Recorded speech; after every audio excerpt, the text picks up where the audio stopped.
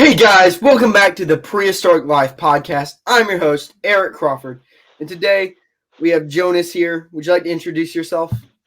Hi, my name is Jonas Cruz, and I'm a soft tissue worker. I work for Distry.org, and right now I'm publishing to the Microscopy Society of America on dinosaur soft tissue.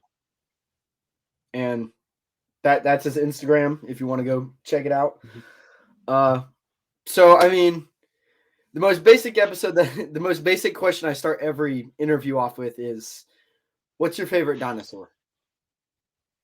I'm between Stegosaurus or Triceratops. Now, Triceratops, just because of how unique the skull is, being the only ceratopsian with a built skull, So, and then Stegosaurus has the Stegosaurus since classic beautiful since I was like plates. 5 years old, I've loved.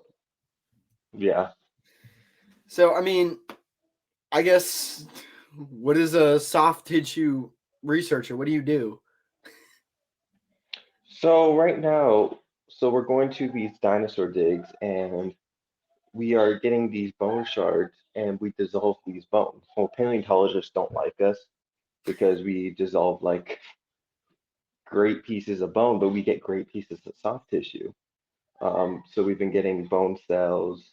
I haven't posted those yet, but we've been getting bone cells, nerves, where we're even getting parasites in these bones, actually, like nematodes.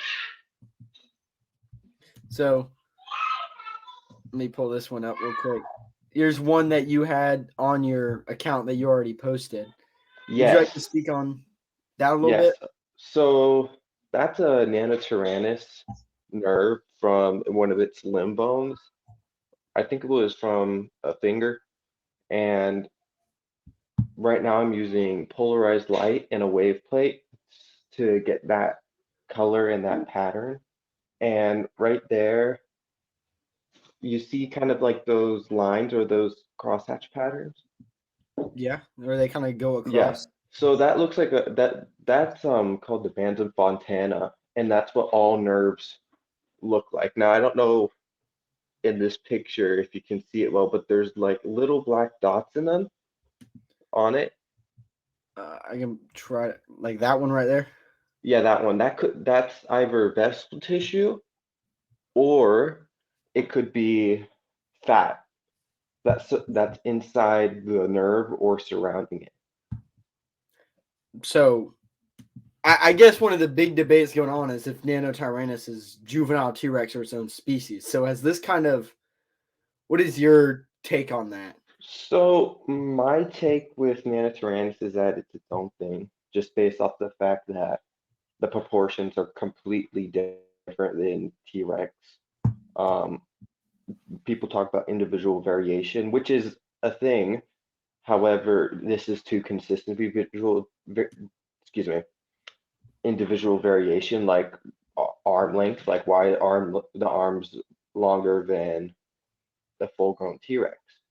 That doesn't make sense. So there's that. Now, this doesn't necessarily clarify it, but I've handled their bones firsthand, and I can tell you, like, yeah, these are completely two different animals.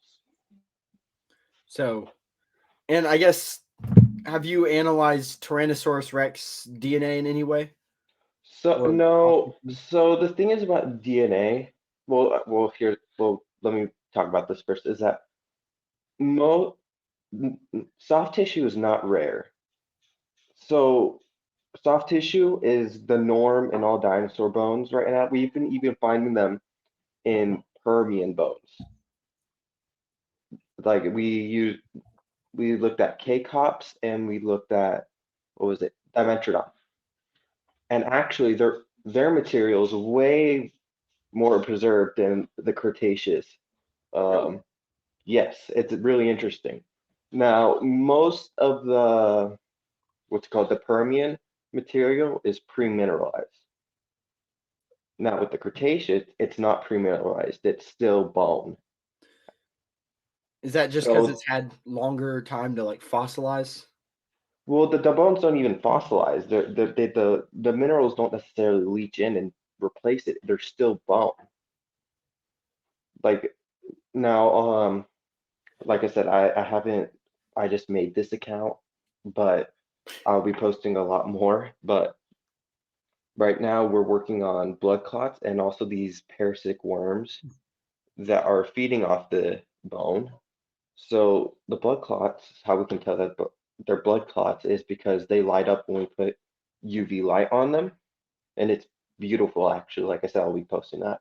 But also too, it tells us how they died. So the clots in the bones tells us they died of suffocation or drowning. We can tell you. So you never see the blood pooled like the animal just dropped and died. Mm. So this could be volcanic activity, flooding activity.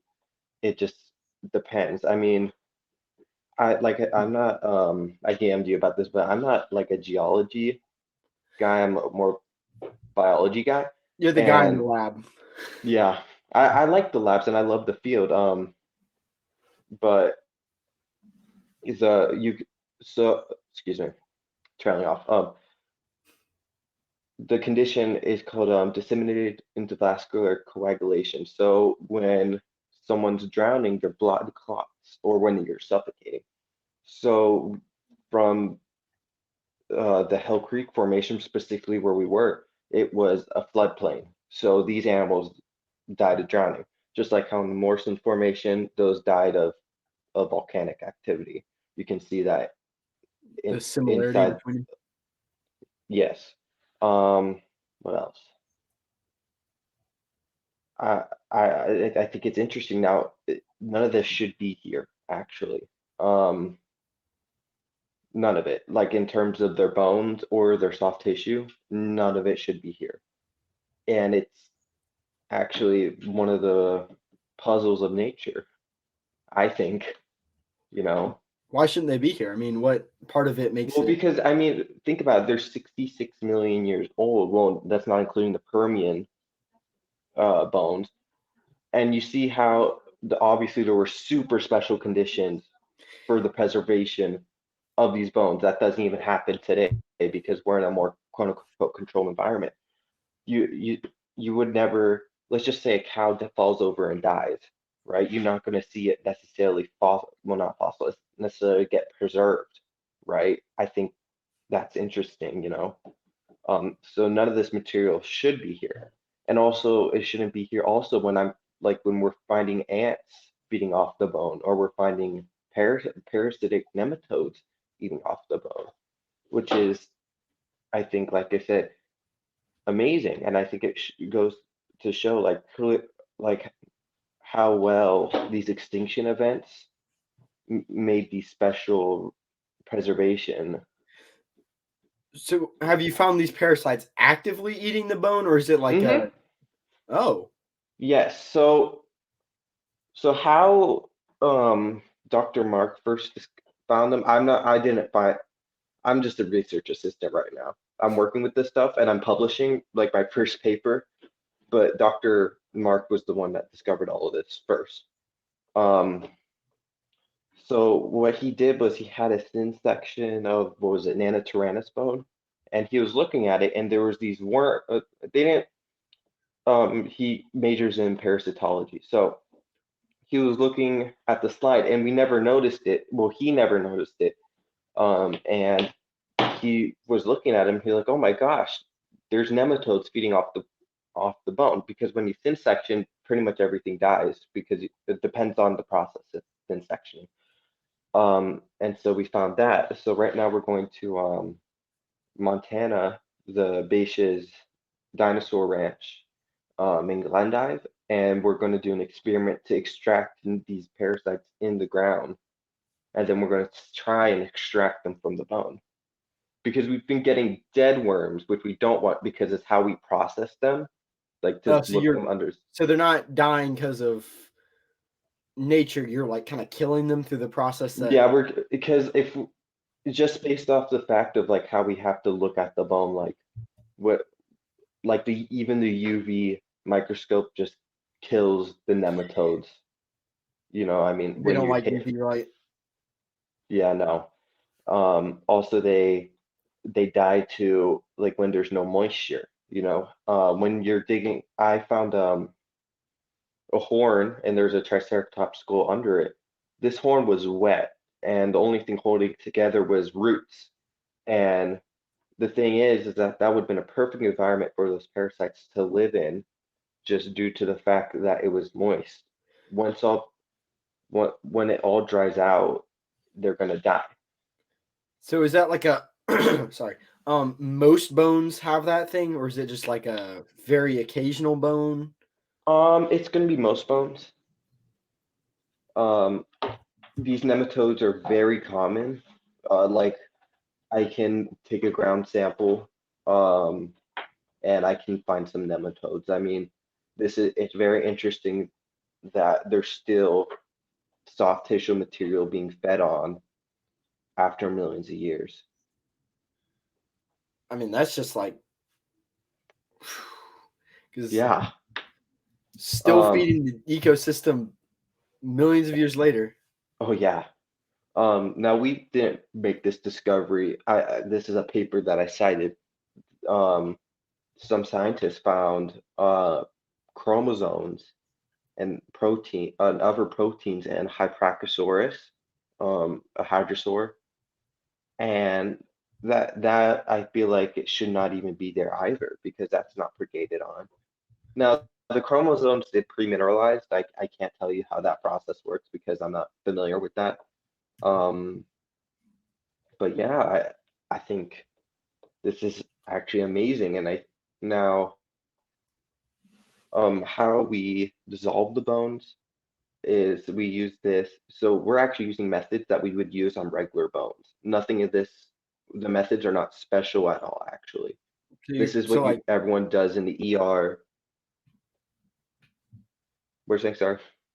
oh yeah, I was just gonna ask if it's like what we do with like human bones or cow bones or something like that. Yeah, So for we're those, treating exactly how a hospital will care for human bones. Like if someone had, um, if we were checking for like bone cancer, you would take a piece of the bone, lightly, um, what's the word? Dissolve it in a weak acid.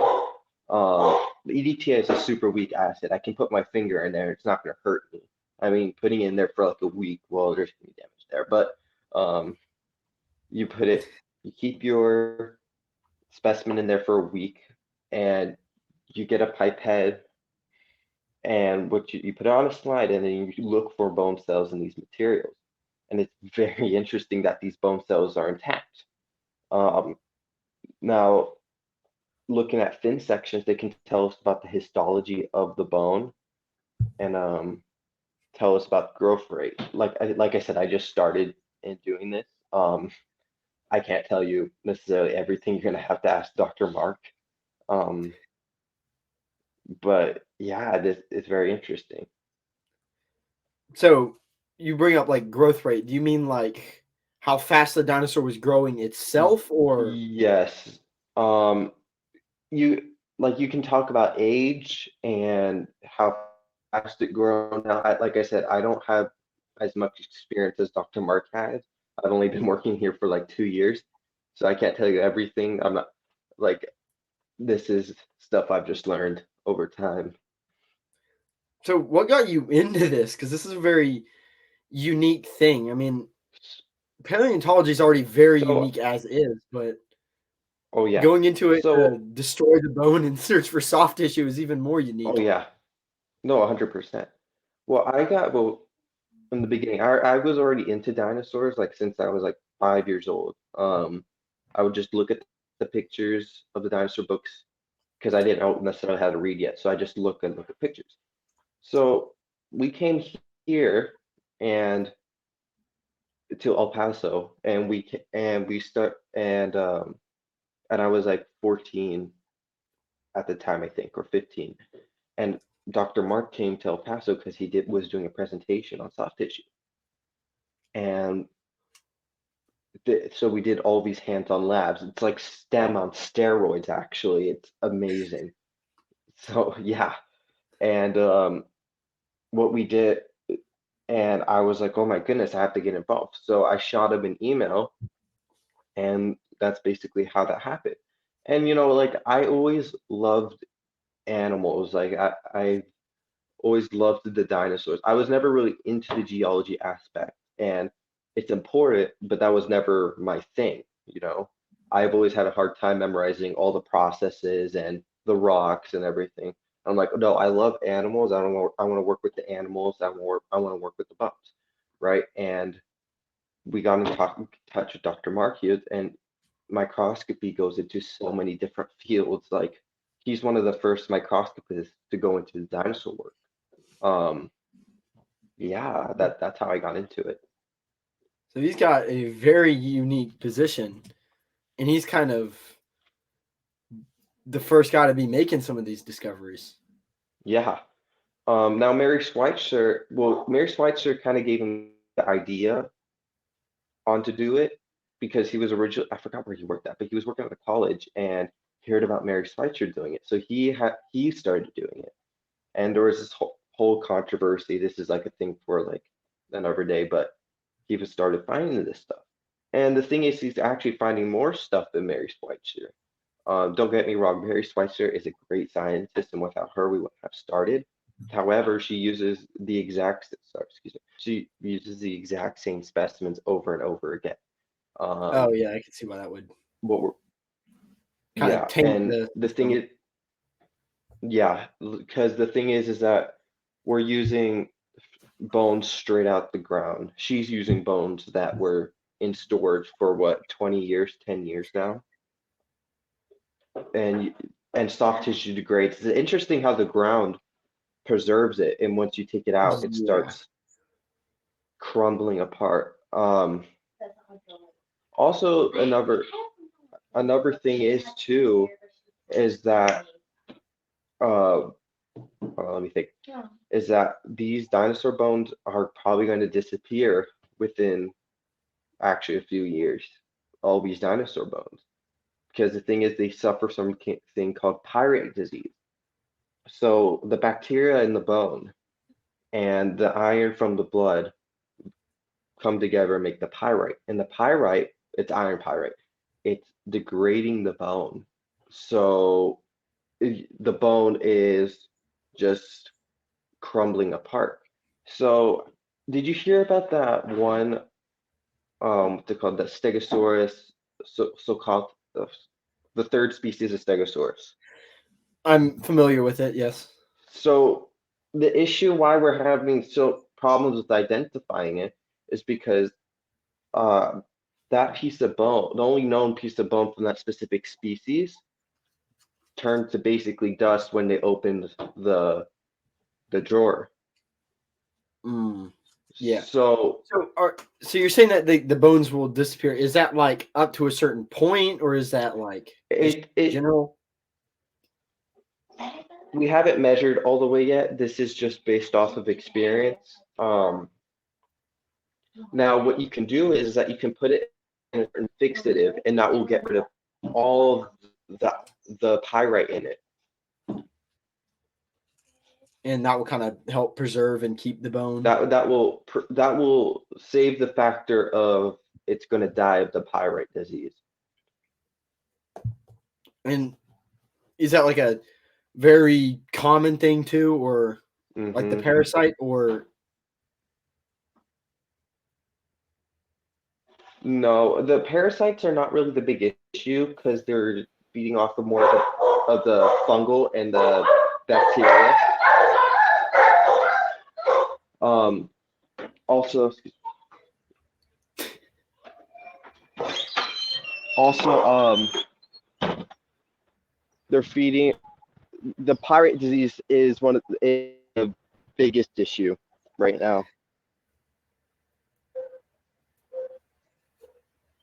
so that's what's Oh, really I breaking think down I'm the breaking bone up. and destroying it. So the pyrite Excuse me. disease is what's I really think. Hmm. that's what's breaking down the bone and kind of getting rid of it. Yes, sir. And I mean, I guess so. Things like from our own era that like humans have seen, like mammoths and smilodon and Yes. woolly rhinoceros, where we still have them like preserved with fur. Those are Yes. Yes. still relatively We recent. yes. Yes. Um, like I said, if everyone wanted to preserve all these dinosaur bones, they're gonna have to put their bones and soak them in this fixative. Um, now, obviously, all these bones do have time till they get this till they degrade, but to keep them long term, yeah, you would have to put them in this fixative. I'm learning how to make it still. I have not quite mastered it. But yeah, When you do, give me a call. I might need that. yes, sir. But and that's for like kind of like dinosaurs mainly, not well, I say mammals, but like more current mammals. We have.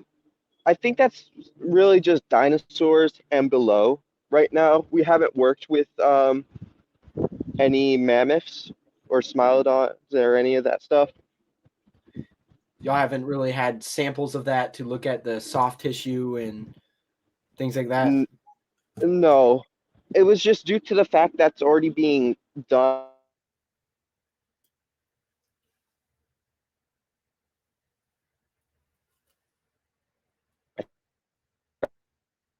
I broke up. I think you just cut out like completely there. Uh, the big the big guys first, like Nanotyrannus, and we like the controversy in terms of that. Um, yeah, I did. But which part did I cut up? You're talking about how the mammals have already been their soft tissue's already kind of being analyzed. Yeah, and the thing is too, everyone loves dinosaurs. And we That's like the other part. the controversy. Yeah, and everyone likes the controversy in Nanotyrannus. We're planning to go to Jordan, Montana, and dig for Pachycephalosaurus and Ankylosaurus and Torosaurus.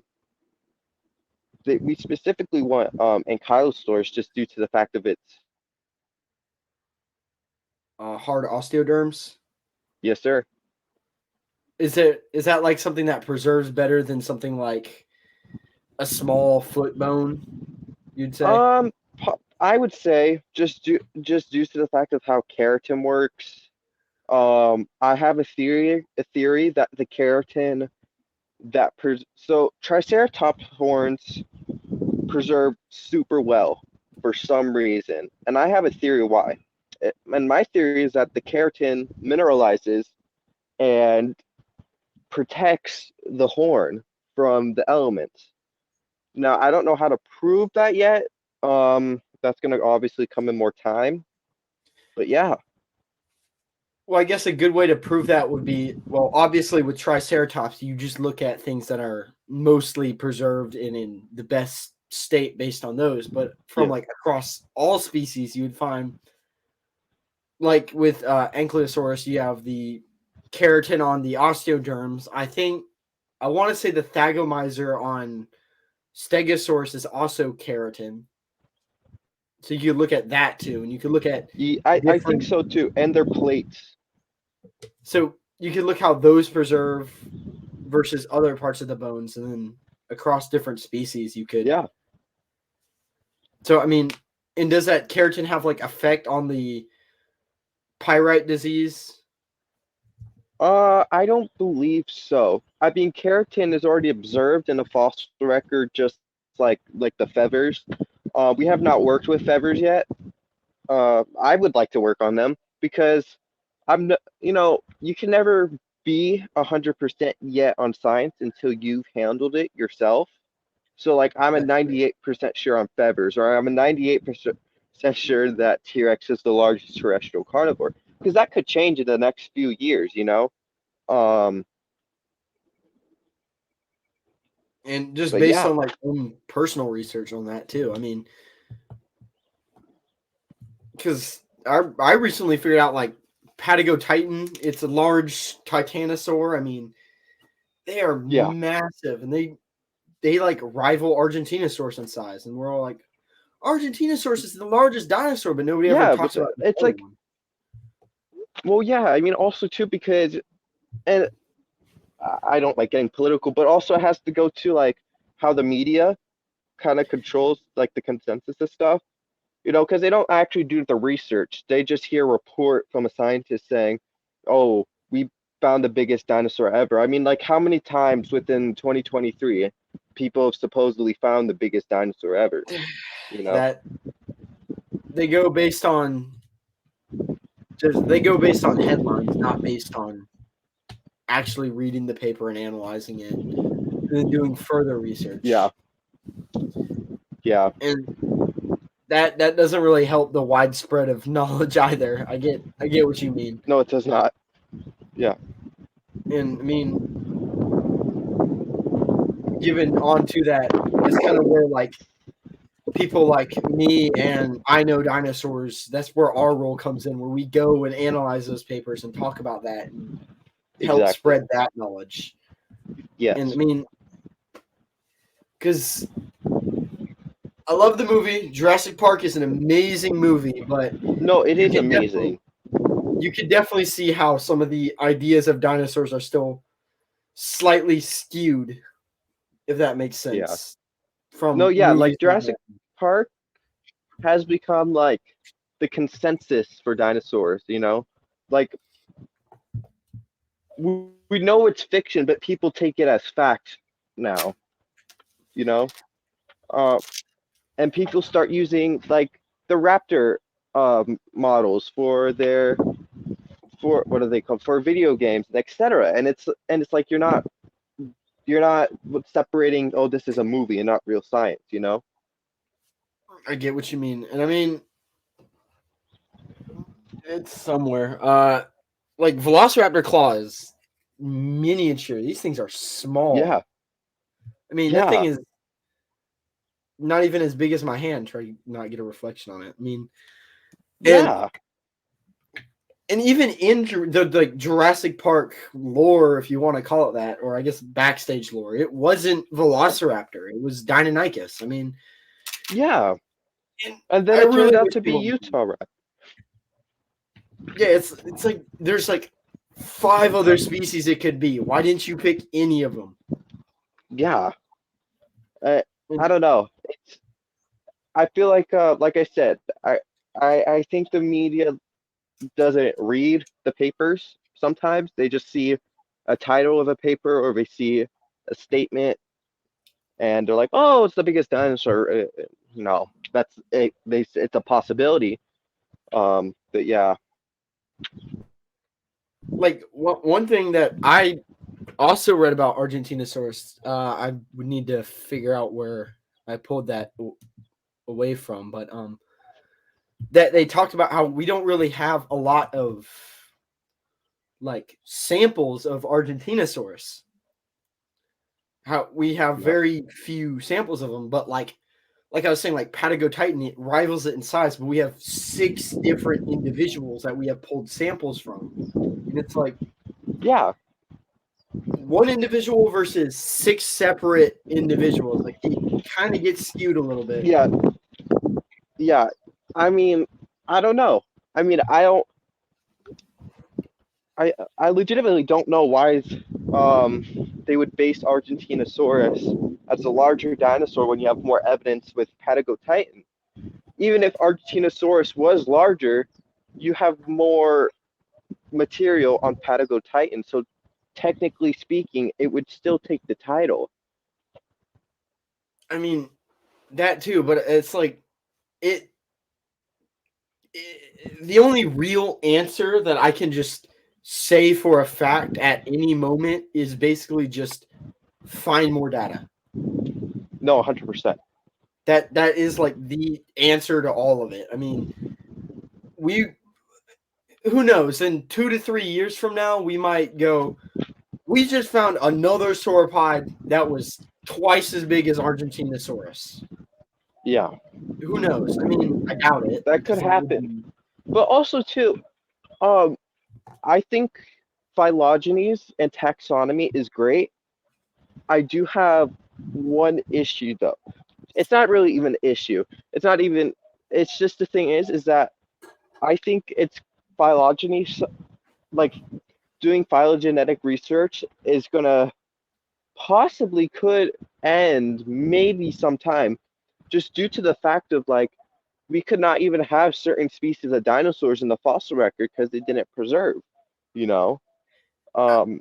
I think we only have like 3%, and that's being generous. Yeah. No, 100%.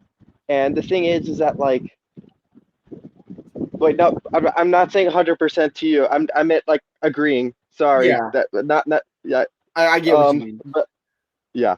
Um, I think we've only gotten to the tip of the iceberg, Not actually. even that. Yeah.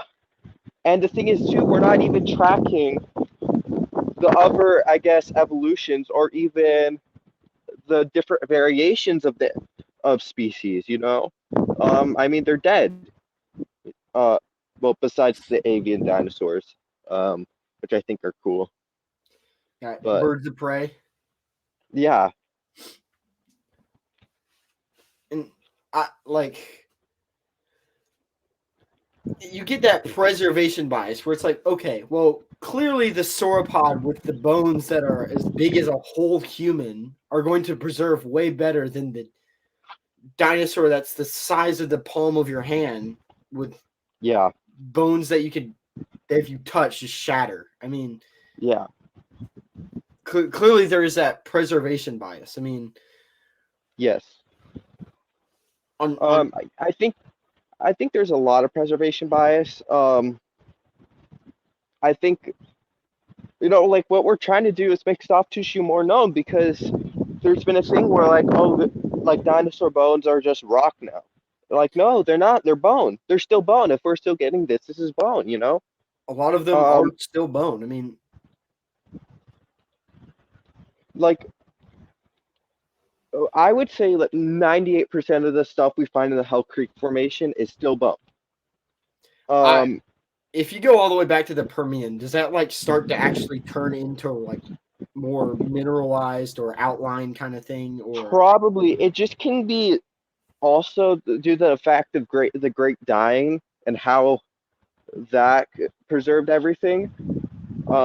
Because they got nuked on, they got freezed, and then they got nuked on again, basically. yeah, Um, like it's actually amazing how the Permian fossils are still alive when you think about it, compared to dinosaur fossils. Um, they had a rough time.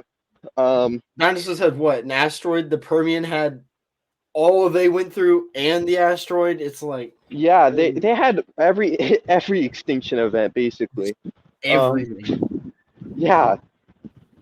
Um, but yeah, I think no preservation method today can preserve or can show us how these things are preserved. This is like very special.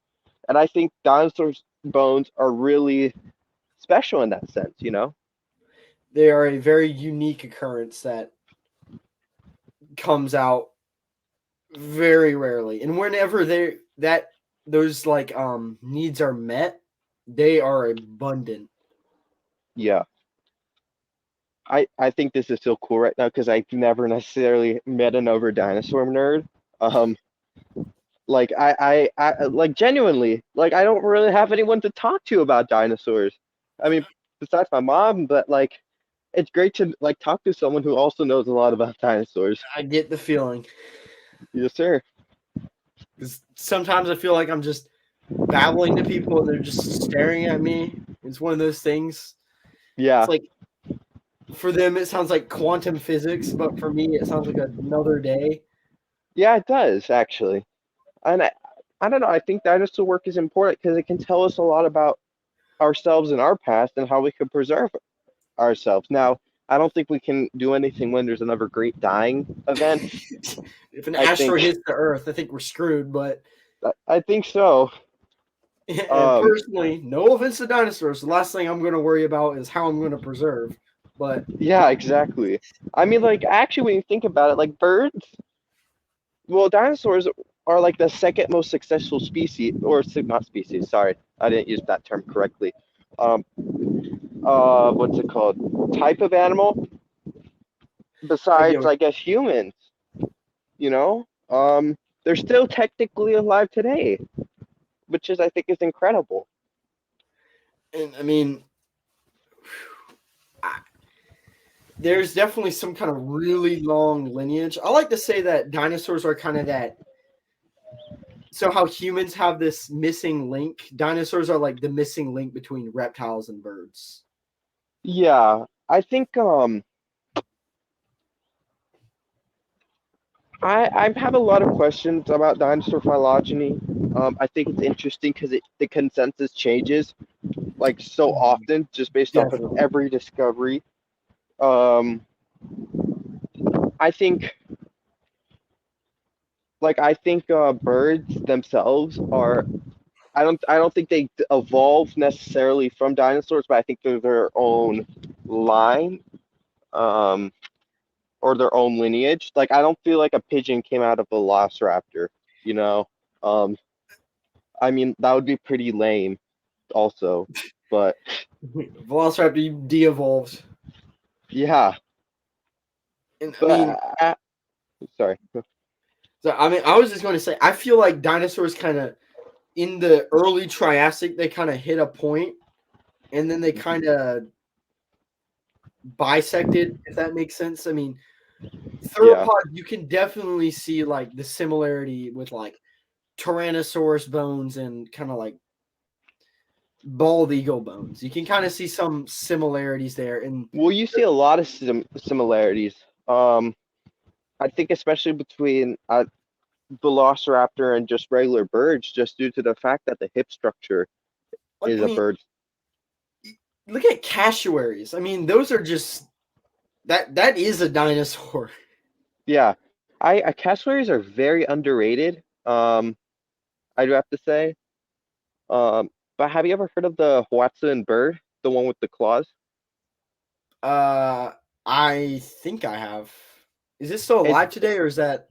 Yeah, they're still alive. They're like on the verge of extinction, but they have claws. Actually, it's super cool.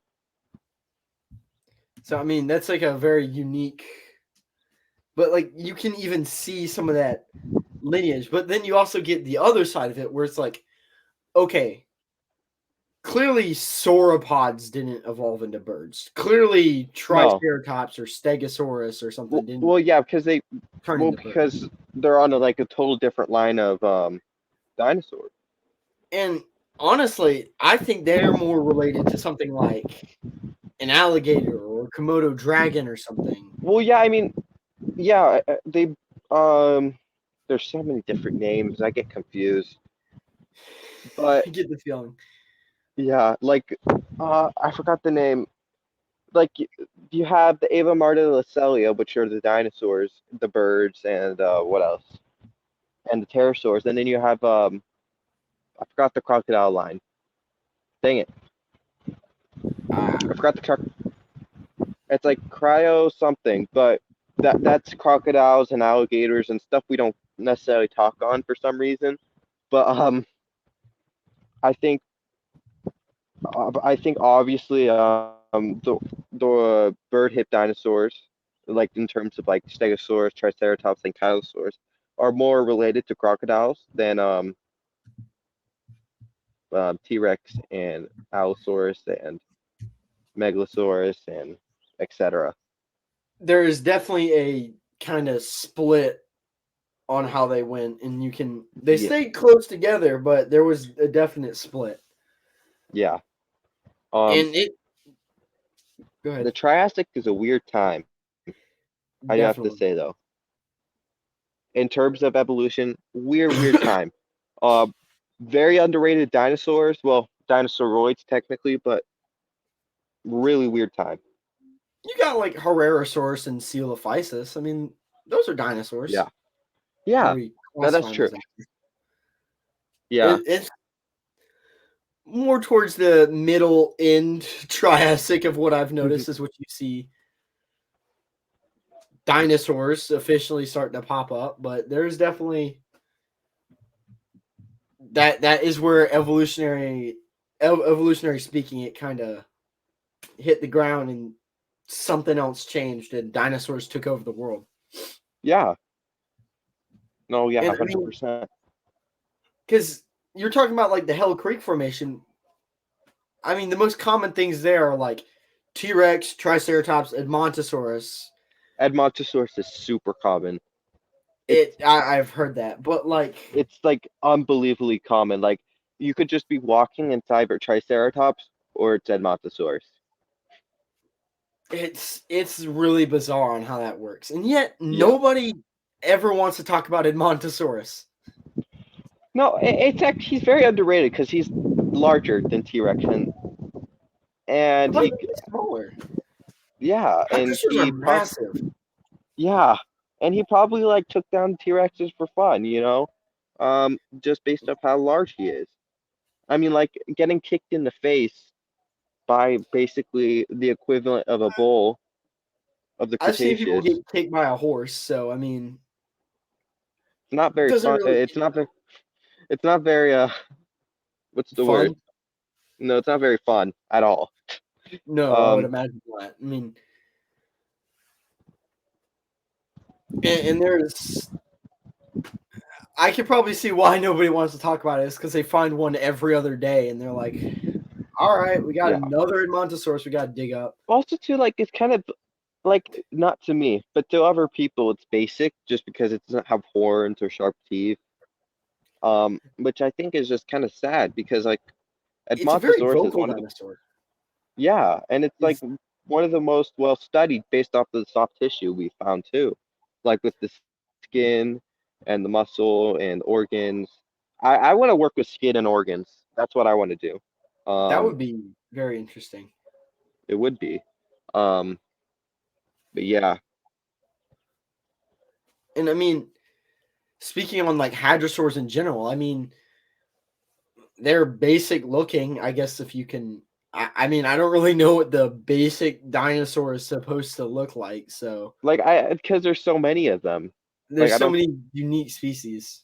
yeah, like I don't think you can put a dinosaur in the category of basic because then you have ones with spiked tails, ones with clubs, ones with sharp teeth, and etc.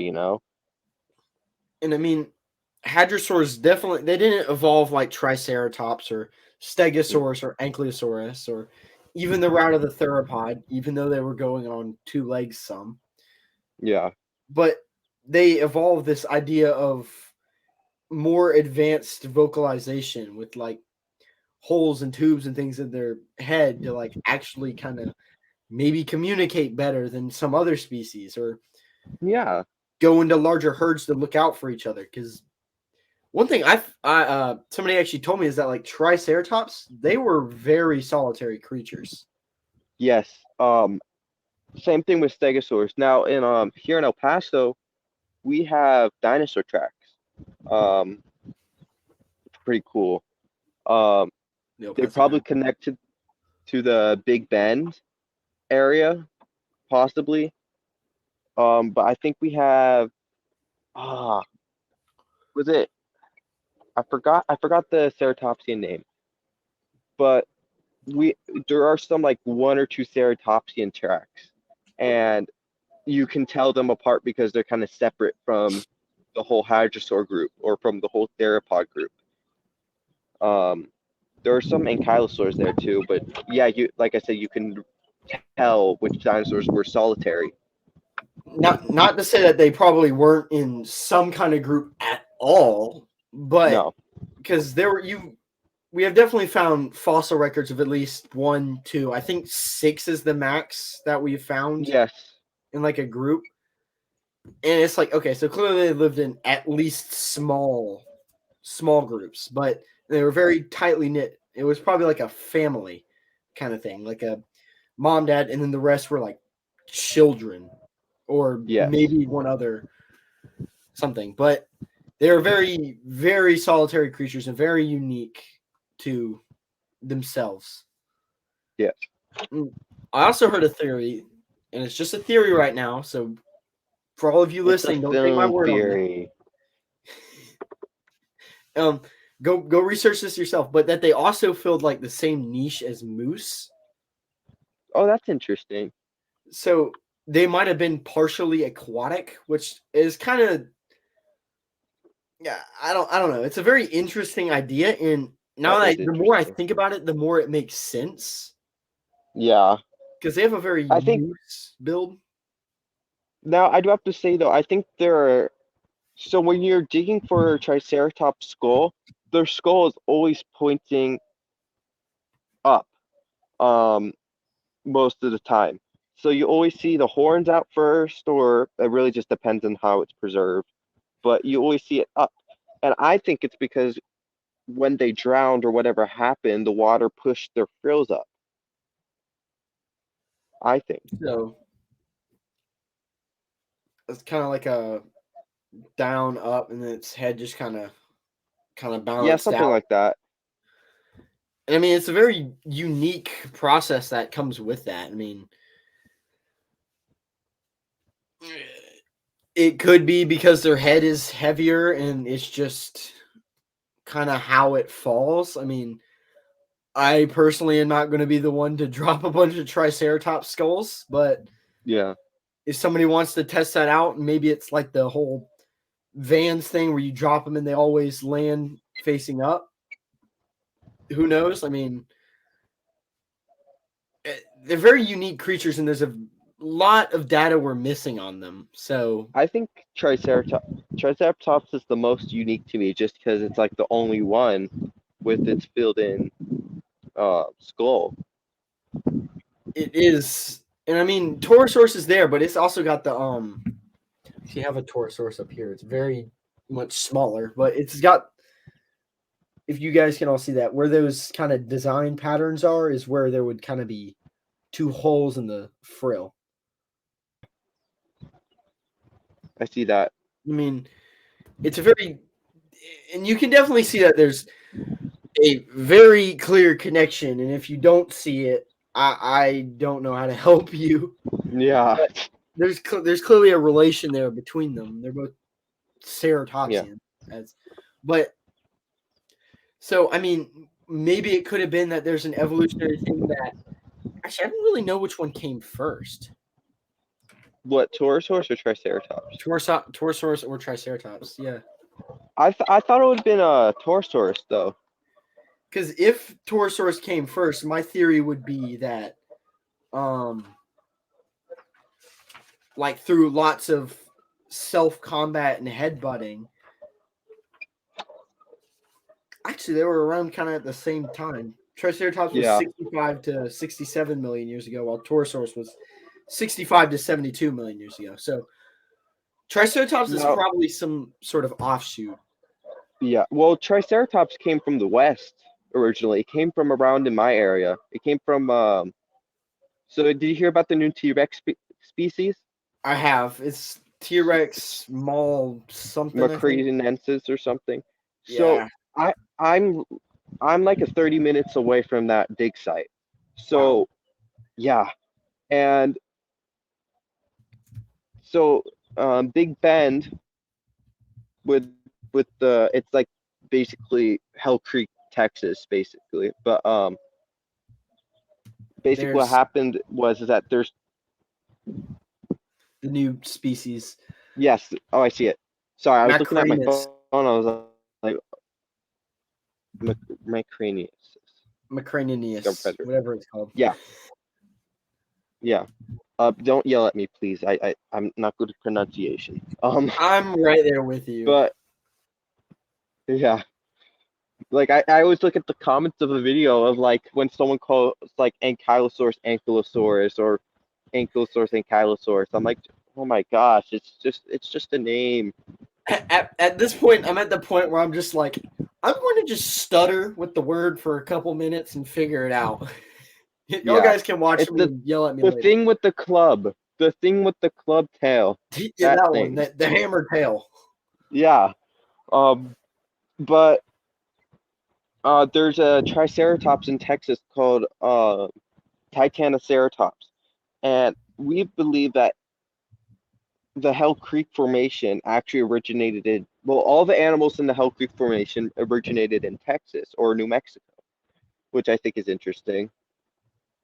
But yeah, That one also seems to have holes in its head. head. Yeah, For it's massive though, so I can see why they called it Titanoceratops.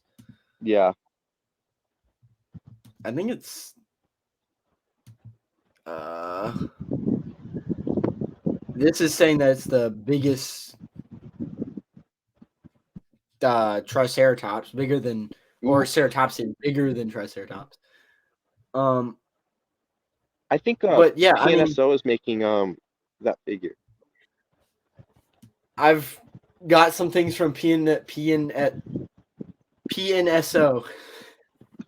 Yeah, but I mean, what I was saying earlier is, I mean, could Triceratops be that unique species where its evolutionary change is that it just has its frill filled in for more? 100%. I think And I mean, I think it'd be interesting if like the asteroid and the environmental changes never happened and see how many ceratopsians.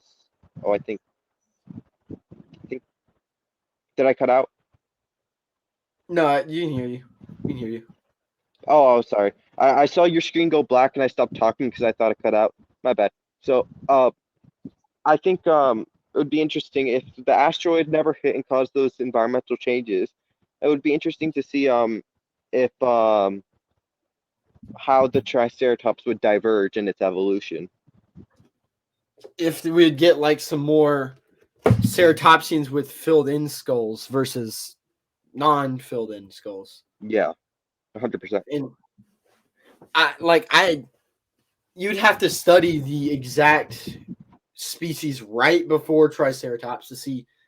Well, you'd have to follow it back till it didn't have filled in skulls, or until they started to shrink, maybe. But Yes. and that could take however long. Who knows? I mean, but Torosaurus clearly looks like Triceratops. So my theory is that Triceratops is definitely some form of later Torosaurus where they started to really get more active against each other or Maybe. really started to use its head for defense and it just filled in for Yeah. more Like also too, we weren't there nutrition. to observe, you know, unless we had like some magical cloning process, um, which is a goal for me personally. Um, like we can't observe necessarily these creatures, you know? I get what you mean. They're millions of years old, and who knows if we did figure out time travel and we go back in time, who knows how many other species are just around. I mean, Yeah. No, 100%. But you yeah, could go back to the Hell Creek Formation and you're like, okay, well, I'm expecting Edmontosaurus, T Rex, and Triceratops, and you could find like 5 more species. I mean, no, 100%. you got Pachycephalosaurids. I mean, you got Nodosaurus. I mean, that was out there. You got things like that. Yeah. I mean, there's a lot of very unique species out there. I mean, Yes. and the only answer to find them is basically just keep digging. I mean, Yeah, basically. there's not much more you can do to really find it without just going out and looking for it. Yeah. And I mean, and you're gonna you clearly plan to keep dealing with the soft tissue and things like that. And Yes. granted, I don't know as much as you about that, and I don't really, no offense to you, I don't really plan on going down that field, but it's a very unique thing that definitely should be studied. And Yes. Yes. Um, well, this is something I probably would say off stream. Actually, let me save that thought for later. But because there's a lot of controversy for that one. But the these materials they're not like living, but they're still malleable, you know. And I think it's just interesting how they survived for that so long. You know, like when you dissolve it lightly, you could stretch this material. Really? I mean, but yeah, it's so interesting. It's like leaving a chicken bone in vinegar. That's how I can describe it. I'm assuming you're not like silly putty stretching it, but like slight Yes, extension. yes, yes. Yeah, And that is a very unique thing that I didn't even think would happen. yeah. But yeah, like I said, there's some things that I have to say off the stream or like send you because I don't like sparking controversy unless it's an Anatyrannus or Dakota Raptor. But Oh, Dakota yeah, Raptor. Oh god, I forgot about that one. yeah. I think it's still a thing, personally. I think just based off the fact that like they didn't remove turtle bones from the Matrix, they just did a lazy job. Well, not a lazy job. They didn't go that thorough. Um, but yeah, Uh, Also, isn't there something about Troodon not being a valid genus anymore? yeah, that's kind of sad to me because like I grew up on Dinosaur Train and Dino Dan, I get the and feeling, yeah, and actually, surprisingly, a lot of people don't know this. I'll show this off because this is the Bible of Jurassic Park for I me. have that Um, copy. I love that copy. It's it's got the beautiful. map in the front and the back. Mine's in a bit rough shape. I've done a lot of traveling with it.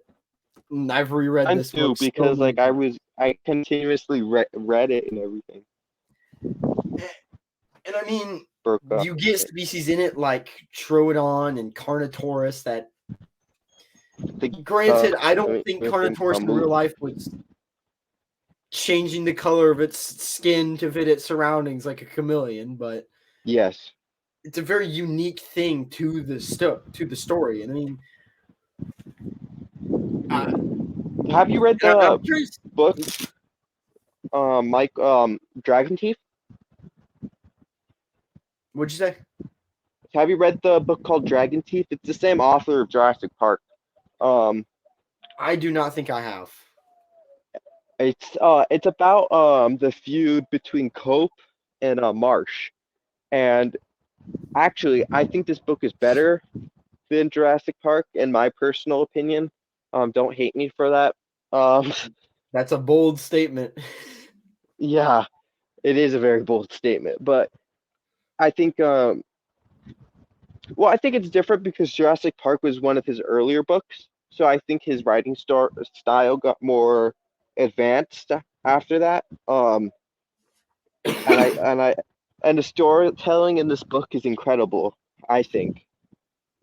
But yeah, And so, well, one thing I'm just gonna bring this up now. I love about the old photos of Cope and Marsh is that it no, was yeah, the photos. It was basically just like a miniature militia instead yeah, of like how the first astronauts weren't like scientists; they were like Marines. yeah. So you get and like I feel like the first paleontologists weren't scientists; they were definitely They were just they were like, people, "Come like to me and I'll shoot you." for a It's like living. Actually, what'd you they say? did this for like Oh yeah, this was like paleontology now is completely different from paleontology then. Then it was more for fame. yeah, Now it's more for science. and I mean, you see the like pictures of like you'll get like Cope in the middle, and you'll get like maybe two, three, four other scientists, and then the rest of them are just like dudes in fur coats with big rifles, and you're like, all right, Yeah, it's a very, very interesting dynamic you got there. But and I mean, you listen to them, and they raided each other's camps, and so it's like they were putting the literal war in bone wars. I mean,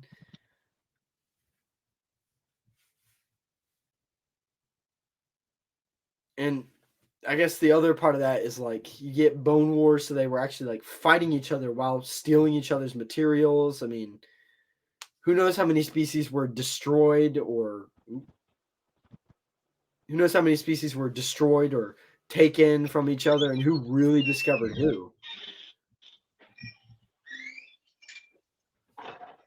And I mean, You broke up for like 5 minutes there, so like I was just like I was basically standing just there saying like how they like basically built their own small militias and fought each other and actually put the war no in 100%. danger. It was like another extension of the Civil War. Yeah, kind of. And I mean, Yeah, it's kind of hard to say who discovered who or who discovered what. I mean, and I mean, February 20th, I think, was when Megalosaurus was discovered. So we said 200 years to Megalosaurus. yes. And I mean, it's come a long way. And I mean, you can even go all the way back to like ancient Greece and before them. I mean, they were finding like shells and pieces of bone. I mean, But I think it's on my end because of there's a storm happening. oh, you got storms and stuff. Yeah, I think it's starting to get the time to cutting it. So, I mean, do you have anything Yeah. last you want to say or bring up?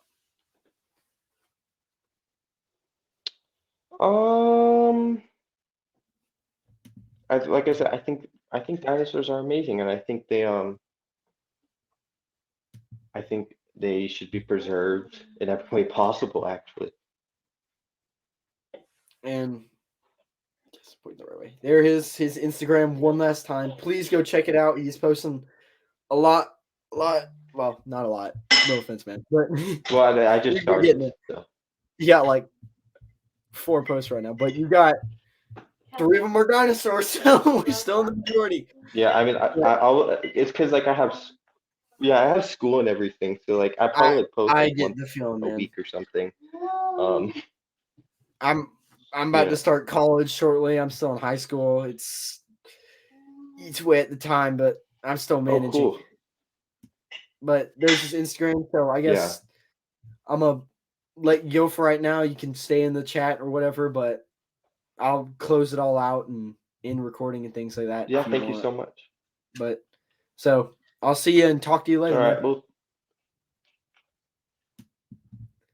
All right, so that was wherever he was, Jonas. But he was talking about preserving dinosaurs and saving them. So if you want to actually go out to see these dinosaurs in museums, I don't know what I just clicked. Go check out Dinosaur Trips. They got a lot of amazing tours and things coming up. One of the ones that I seriously suggest if you're going to go on is Red Rocks and Raptors. I need to find it, which is Utah and Colorado, led by a good friend of mine, Dr. Brian Curtis himself, Dr. BC, the owner of Fossil Crates. So go check him out. Tell him Prehistoric Life sent you. Will give you $250 off your order. If you want my content, additional content, things like that, go check out. That's the wrong thing. My Instagram, if I can find it to pull it up. Prehistoric Life Podcast. Ooh, that's never good. Go check out Prehistoric Life Podcast on Instagram. For some reason, it's not coming up. There we go. Maybe, but go check that out if it'll come up. Maybe eventually one day. I try to pull all this stuff up before recording, but it never comes up. So there's that. I recently went down to Charleston and had an episode on Patago Titan, so go check those out. But yeah, and if you want my content a bit early, go check it out on YouTube. I try to post it 2-ish days early. There's Sky, the Dinomancer. good friend, love her to death. That way. Go check that out. And if you want all of that in one place, go check out my website, prehistoriclifepodcast.com. And I try to post all of that on there and get it all updated relatively fast. Sometimes I can't go as fast and I got something else going on, but I try to get it relatively fast. You can see my YouTube and Instagram there. But thank you all so much for coming on the show, coming and watching the show. And Jonas, thank you so much for taking time out of your day. I know life gets busy, life gets hectic. But thank you for coming on the show and talking with us about dinosaurs in general. But I'll definitely reach out and stay in contact with you. But I'm your host, Eric Crawford, signing off. This has been Prehistoric Life Podcast. I will see you all next time. Remember, keep it prehistoric. Goodbye.